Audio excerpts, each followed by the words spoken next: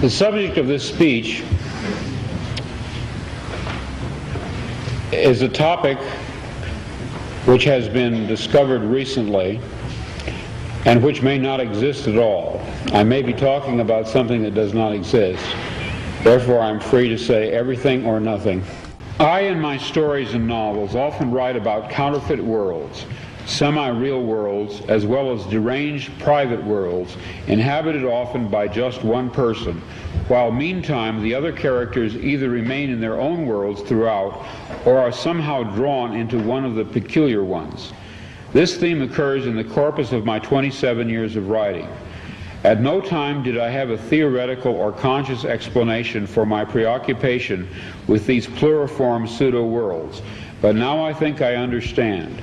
What I was sensing was the manifold of partially actualized realities lying tangent to what evidently is the most actualized one, the one which the majority of us, by consensus gentium, agree on.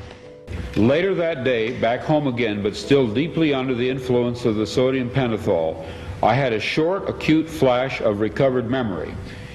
Then, in mid-March, a month later, the total body of memories, intact and entire, began to return.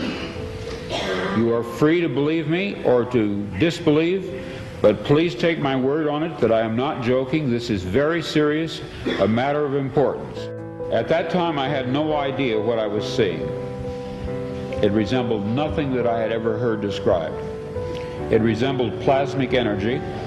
It had colors. It moved fast. It collected and then dispersed. But what it was, what he was, I am not sure even now. In other words, it's a common theme in my writing that a dark-haired girl shows up at the door of the protagonist and tells him that his world is delusional, that there's something false about it. Well, this did finally happen to me. I even knew that her hair would be black. I had an actual complete sense of what she would look like and what she would say.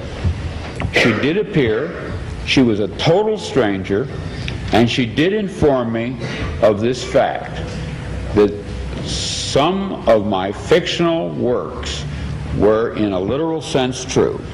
I wrote out these dreams in novel after novel, story after story. To name two in which this prior ugly present obtained most clearly, I cite The Man in the High Castle and my 1974 novel about the U.S. as a police state called Flow My Tears, the Policeman Said. I'm going to be very candid with you. I wrote both novels based on fragmentary residual memories of such a horrid slave state world. People claim to remember past lives. I claim to remember a different, very different present life. I know of no one who has ever made this claim before, but I rather suspect that my experience is not unique. What perhaps is unique is the fact that I am willing to talk about it. We are living in a computer-programmed reality, and the only clue we have to it is when some variable is changed and some alteration in our reality occurs. We would have the overwhelming impression that we were reliving the present, déjà vu, perhaps in precisely the same way, hearing the same words, saying the same words.